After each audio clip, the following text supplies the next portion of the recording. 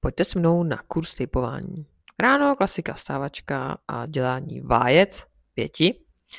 Za chvilku to uvidíte, ano, 1, 2, 3, 4, 5. Už se na to moc těším. No, tady pak už máme samotnou cestu na kurzík, která trvala asi zhruba 2 hodiny, takže pohodka.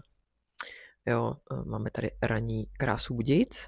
Zde už jsme na místě ve fitnessu v Praze a tady ani nevím, co jsem mlela, prostě se těším asi na kurz. Vypadá to, že se moc těším. Tady už mám po kurzu, vysmátá jak lečo, asi jako předtím. Tady už jedeme domů s nově nabitýma informacema a vším, co kurz přinesl. No a tady jsem vstřebávám informace, jak můžete vidět, bylo toho fakt hodně. Fakt hodně.